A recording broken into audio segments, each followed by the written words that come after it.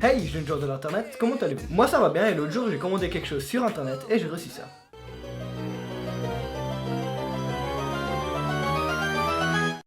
Ouais, j'ai reçu un carton qui était presque entièrement rempli de ces chips en plastique.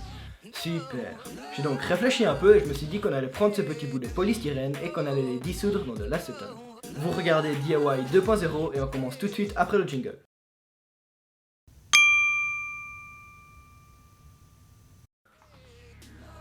Ok, pour commencer cette expérience, on va prendre un bac et essayer de mettre des gants.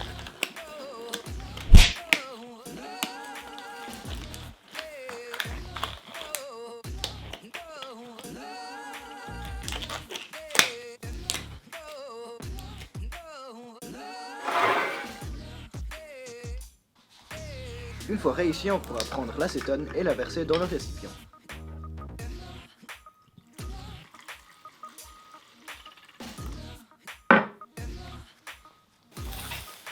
Cette étape complétée, il nous suffira de prendre les chips de polystyrène et de les placer dans l'acétone.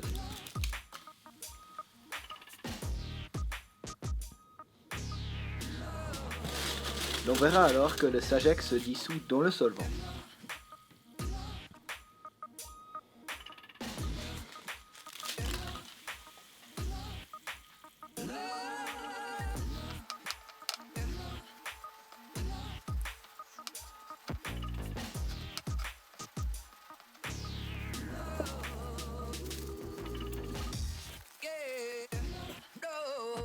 Donc voilà, on vient de finir la partie pratique et on est tout content, mais maintenant on va se concentrer un peu et passer à la partie théorique.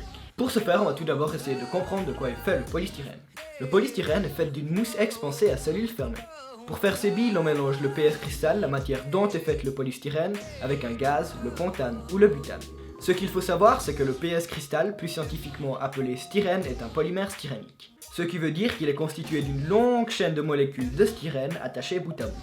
Lorsqu'on chauffe le mélange, les billes se gonflent sous l'action de la pression des gaz afin d'obtenir une taille allant jusqu'à 50 fois leur volume initial. Il suffit alors de mettre les billes encore chaudes dans un moule de forme souhaitée et l'on obtient par exemple ces chips. Maintenant que je vous ai expliqué la partie la plus intéressante, je vais quand même vous expliquer comment l'acétone fait pour dissoudre le Sagex. Quand nous plaçons les petits bouts dans l'acétone sert de lubrifiant pour molécules. Je m'explique. Comme dit auparavant, le Sagex est une longue chaîne de molécules reliées entre elles. Quand nous ajoutons le solvant, il permet aux molécules de glisser entre elles, ce qui rend la matière molle et permet aux bulles d'air de s'échapper. Cependant, l'acétone est très volatile et si on la laisse s'évaporer, la matière redevient dure.